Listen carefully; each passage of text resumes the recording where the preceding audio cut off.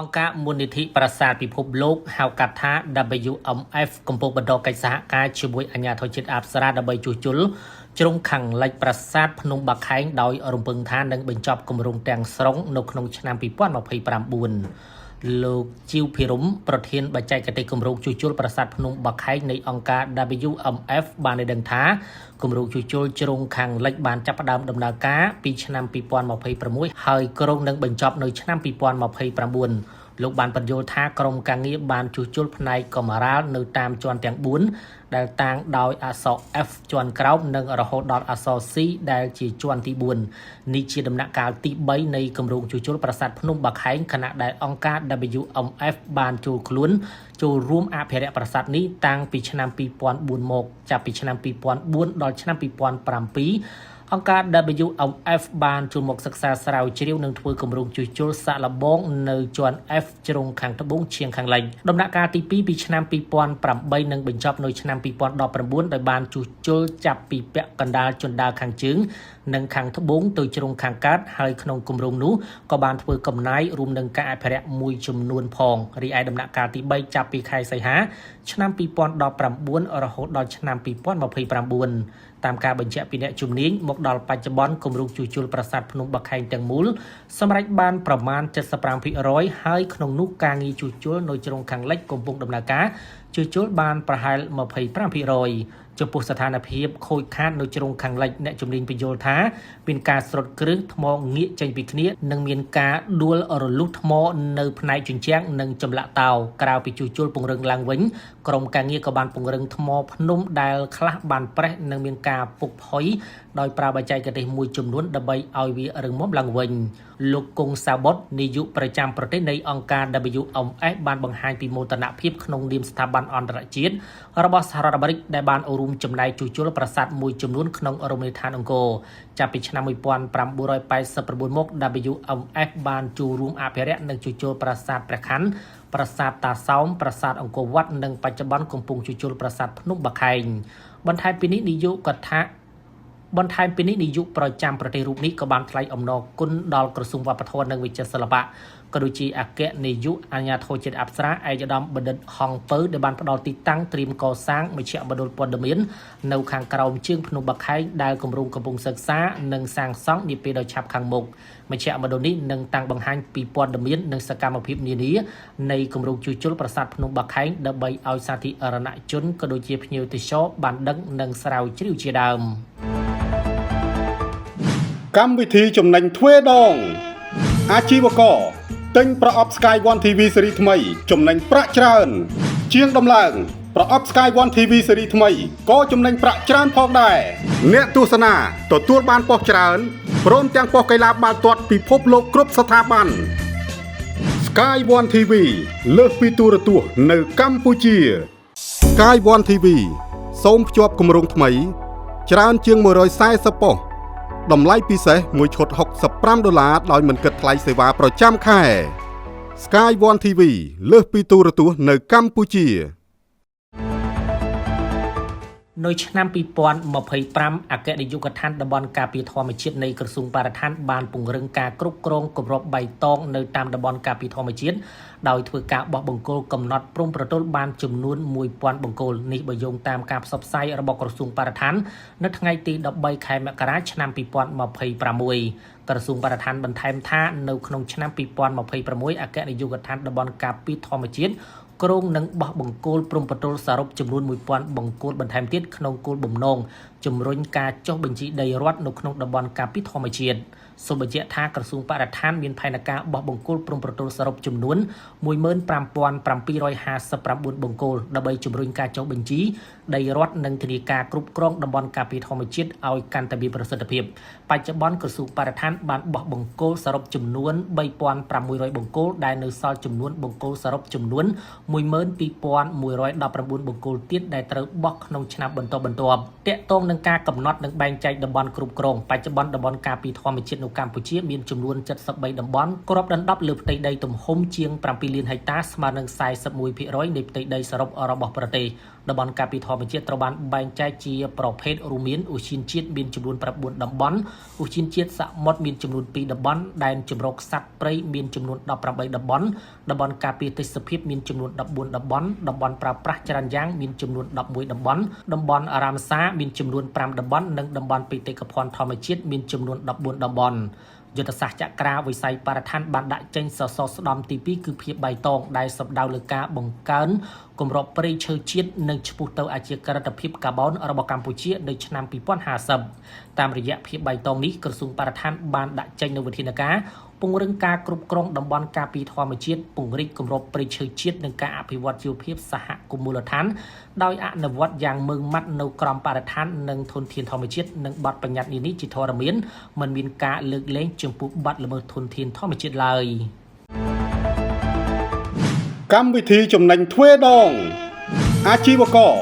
ទិញប្រអប់ Sky One TV ស៊េរីថ្មីចំណេញប្រាក់ច្រើន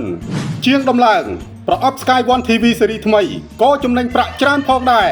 អ្នកទស្សនាទទួលបានប៉ុស្តិ៍ច្រើនព្រមទាំងប៉ុស្តិ៍កីឡាបាល់ទាត់ពិភពលោកគ្រប់ស្ថាប័ន Sky One TV លើសពីទូរទស្សន៍នៅកម្ពុជា Sky One TV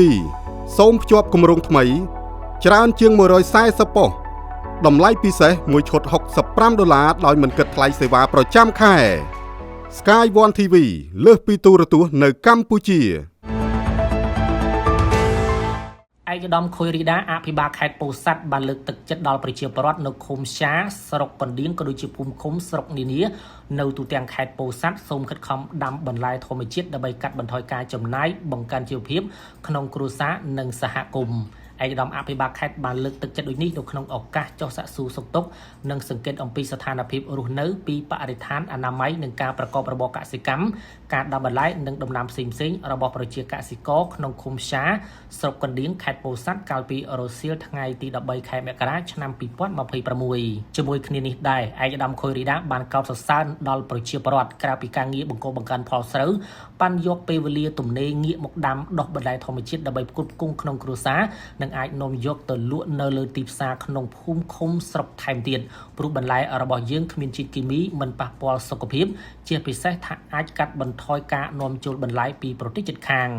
លើសពីនេះទៀតឯកឧត្តមខុយរីដាបានអំពាវនាវឲ្យបងប្អូនប្រជាពលរដ្ឋទាំងអស់ខិតខំដាំបន្លែបែបធម្មជាតិឲ្យបានច្រើននៅតាមសហគមន៍ជាពិសេសបន្លែដែលមិនប្រើជាតិគីមីព្រោះថាបន្លែធម្មជាតិធានាសុវត្ថិភាពដល់អ្នកទិញបន្លែយកទៅបរិភោគជាប្រចាំនិងមានតម្លៃសមរម្យSky One TV សូមភ្ជាប់គម្រោងថ្មីច្រើនជាង140ប៉ុស្តិ៍តម្លៃពិសេសមួយឈុត$65ដោយមិនគិតថ្លៃសេវាប្រចាំខែ Sky One TV លើសពីទូរទស្សន៍នៅកម្ពុជាកម្មវិធីចំណេញទ្វេដងអាជីវករទិញប្រអប់ Sky One TV ស៊េរីថ្មីចំណេញប្រាក់ច្រើនជាងដំឡើងប្រអប់ Sky One TV ស៊េរីថ្មីក៏ចំណេញប្រាក់ច្រើនផងដែរអ្នកទស្សនាទទួលបានប៉ុស្តិ៍ច្រើនព្រមទាំងប៉ុស្តិ៍កីឡាបាល់ទាត់ពិភពលោកគ្រប់ស្ថាប័ន Sky One TV លើសពីទូរទស្សន៍នៅកម្ពុជាវងក្ងោកបៃតងចំនួនប្រមាណ20ក្បាលកំពុងស៊ីចំណីនៅតាមជើងភ្នំត្រូវបានមន្ត្រីឧទ្យានុរក្សសហការជាមួយគម្រោងនិរន្តរភាពតំបន់ទេសភាពនិងទេសចរធម្មជាតិកម្ពុជានៃក្រសួងបរិស្ថានប្រកាសឃើញនៅដែនជំរកសត្វព្រៃភ្នំអូរ៉ាល់ក្នុងភូមិសាស្ត្រខេត្តកំពង់ស្ពឺកាលពីថ្ងៃទី12ខែមករាឆ្នាំ2026សូមបញ្ជាក់ថាក្ងោកបៃតងឬក្ងោកដោយក្ងោកឈ្មោលមានបណ្ដោយខ្លួនធំជើងវែងកវែងស្លាបនិងខ្លួនមានពណ៌បៃតងភ្លឺកំប៉ោងឈរត្រង់មានកន្ទុយធំវែងមានដាវពណ៌លឿងលាយខៀវដូចជាភ្នែករាប់រយហើយញីមានរូបរាងស្រដៀងឈ្មោលដែរតែពណ៌ស្រអាប់ជាងនិងមានកន្ទុយខ្លីក្ងោកមានវត្តមាននៅស្ទើរគ្រប់ទីកន្លែងនៃប្រទេសកម្ពុជាដែលភាគច្រើនរស់នៅតំបន់ព្រៃល្បោះចម្រុះតាមមាត់ទឹកជាយព្រៃឫស្សីព្រៃពាក់កណ្ដាលស្រោងនិងព្រៃស្រោងក្ងោកស្ថិតក្នុងក្រុមប្រភេទសត្វមានដោយកម្រតាមចំណាត់ប្រទេសកម្ពុជានិងបានចុះក្នុងបញ្ជីក្រហម IUCN ជាប្រភេទជិតផុតពូជនិងត្រូវបានចាត់ថ្នាក់ក្នុងឧបសម្ព័ន្ធ2នៃអនុសញ្ញាសាយតេស ជាមួយគ្នានេះក៏ងោកកំពុងប្រជុំរងគ្រោះដោយសារការតាក់ចាប់និងបាត់បង់ទីជម្រកប៉ុន្តែការរស់នៅសុខសាន្តរបស់ប្រភេទជីវៈចម្រុះនេះបានបញ្ជាក់ឲ្យឃើញថាសត្វព្រៃនិងជីវៈចម្រុះផ្សេងៗទៀតនៅក្នុងតំបន់ការពារធម្មជាតិត្រូវបានការពារនិងថែរក្សាបានល្អនិងធ្វើឲ្យមានវត្តមានសត្វព្រៃកើនឡើងផងដែរសូមបញ្ជាក់ថាក្រសួងបរិស្ថានបានចាត់វិធានការឲ្យបានម៉ឺងម៉ាត់បំផុតលើការទប់ស្កាត់លុបបំបាត់និងបង្ក្រាបនៅរាល់សកម្មភាពល្មើសច្បាប់ក្នុងតំបន់ការពារធម្មជាតិនិងបទល្មើសបរិស្ថានដោយអនុលោមតាមបទបញ្ញត្តិច្បាប់និងលិខិតបទដ្ឋានគតិយុត្តិធម៌មានជាពិសេសក្រមបរិស្ថាននិងធនធានធម្មជាតិកម្មវិធីចំណេញទ្វេដងអាជីវករទិញប្រអប់ Sky One TV ស៊េរីថ្មីចំណេញប្រាក់ច្រើនជាងដំឡើងប្រអប់ Sky One TV ស៊េរីថ្មីក៏ចំណេញប្រាក់ច្រើនផងដែរអ្នកទស្សនាទទួលបានប៉ុស្តិ៍ច្រើនព្រមទាំងប៉ុស្តិ៍កីឡាបាល់ទាត់ពិភពលោកគ្រប់ស្ថាប័ន Sky One TV លើសពីទូរទស្សន៍នៅកម្ពុជា Sky One TV សូមភ្ជាប់គម្រោងថ្មីច្រើនជាង140ប៉ុស្តិ៍តម្លៃពិសេសមួយឈុត$65ដោយមិនគិតថ្លៃសេវាប្រចាំខែ Sky One TV លើសពីទូរទស្សន៍នៅកម្ពុជាកាលពីថ្ងៃអង្គារនៅសប្តាហ៍នេះប្រទេសហ្វីលីពីននិងអេមីរ៉ាត់អារ៉ាប់រួមបានចុះហត្ថលេខាលើកិច្ចព្រមព្រៀងភាពជាដៃគូសេដ្ឋកិច្ចគ្រប់ជ្រុងជ្រោយជាមួយគ្នាដែលនេះជាកិច្ចព្រមព្រៀងពាណិជ្ជកម្មសេរីលើកដំបូងបំផុតរបស់ខ្លួនជាមួយប្រទេសនៅតំបន់មជ្ឈមបូព៌ាពិធីចុះហត្ថលេខានេះត្រូវបានធ្វើឡើងក្រោមអធិបតីភាពរបស់ប្រធានាធិបតីហ្វីលីពីនលោក Ferdinand Marcos Jr. ក្នុងអំឡុងពេលទស្សនកិច្ចរបស់លោកនៅអាប៊ូដាប៊ីកិច្ចព្រមព្រៀងនេះមានគោលបំណងកាត់បន្ថយពន្ធគយបង្កើនលទ្ធភាពចូលទីផ្សារសម្រាប់ទំនិញនិងសេវាកម្មនិងបង្កើតឱកាសការងារសម្រាប់អ្នកជំនាញហ្វីលីពីនការិយាល័យប្រធានាធិបតីបានបញ្ជាក់ថាការសិក្សាបឋមបង្ហាញថា CEPA អាចជួយជំរុញការនាំចេញរបស់ហ្វីលីពីនទៅកាន់ UAE បាន9កដកសញ្ញា 13% នាយកដ្ឋានពាណិជ្ជកម្មរំពឹងថាកិច្ចព្រមព្រៀងនេះនឹងនាំឲ្យមានការលុបបំបាត់ពន្ធគយរហូតដល់ 90% និងបើកផ្លូវឲ្យហ្វីលីពីនចូលទៅកាន់ទីផ្សារឈូងសមុទ្រកាន់តែទូលំទូលាយគូបញ្ជាក់ថា UAE គឺជាផ្ទះរបស់ពលករហ្វីលីពីនប្រមាណ 700,000 នាក់និងមានទំហំពាណិជ្ជកម្មទ្វេភាគីប្រហែល1កដកសញ្ញា $8,000 លាននេះជាកិច្ចព្រមព្រៀងពាណិជ្ជកម្មសេរីទ្វេភាគីទី4របស់ហ្វីលីពីនបន្ទាប់ពីកូរ៉េខាងត្បូងជប៉ុននិងសមាគមពាណិជ្ជកម្មសេរីអឺរ៉ុប Sky One TV សូមភ្ជាប់គម្រោងថ្មីច្រើនជាង140ប៉ុស្តិ៍តម្លៃពិសេសមួយឈុត$65ដោយមិនគិតថ្លៃសេវាប្រចាំខែ Sky One TV លើសពីទូរទស្សន៍នៅកម្ពុជាកម្មវិធីចំណេញទ្វេដងអាជីវករទិញប្រអប់ Sky One TV ស៊េរីថ្មីចំណេញប្រាក់ច្រើនជាងដំឡើងប្រអប់ Sky One TV ស៊េរីថ្មីក៏ចំណេញប្រាក់ច្រើនផងដែរអ្នកទស្សនាទទួលបានប៉ុស្តិ៍ច្រើនព្រមទាំងប៉ុស្តិ៍កីឡាបាល់ទាត់ពិភពលោកគ្រប់ស្ថាប័នSky One TV លើសពីទូរទស្សន៍នៅកម្ពុជាកាលពីថ្ងៃអង្គារទី14ខែមករាឆ្នាំ2026លោក Aphendra DVD ប្រមុខកងទ័ពឥណ្ឌាបាននិយាយថាមានការជូនដំណឹងទៅកាន់ទីបញ្ជាការប្រតិបត្តិយោធាប៉ាគីស្ថានឲ្យពិនិត្យមើលឧបទ្ទវហេតុបំពានដោយ drone ដែលហោះចេញពីប៉ាគីស្ថានចូលមកប្រទេសឥណ្ឌាខណៈដែលវាបានកើតឡើងបន្ទាប់ពីរយៈពេលច្រើនខែនៃជម្លោះប្រដាប់អាវុធរវាងប្រទេសជិតខាងទាំងពីរនេះបញ្យងតាមការចេញផ្សាយដោយសារព័ត៌មាន Reuters ប្រភពយោធាឥណ្ឌាម្នាក់និយាយថា drone ចំនួន5គ្រឿងបានចូលមកព្រំដែន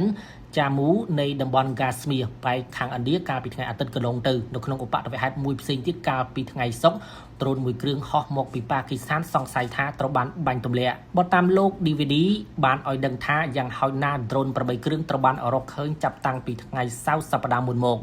លោកគូបញ្ជាក់ថាខ្ញុំជឿថាវាជាដ្រូនយោធាដែលចង់ស៊ើបការវាអាចទៅរួចដែរថាពួកគេក៏ចង់ដឹងថាតើអាចមានភាពធ្វេសប្រហែសឬធូររលុងណាមួយនៅក្នុងជួរកងទ័ពឥណ្ឌាឬទេ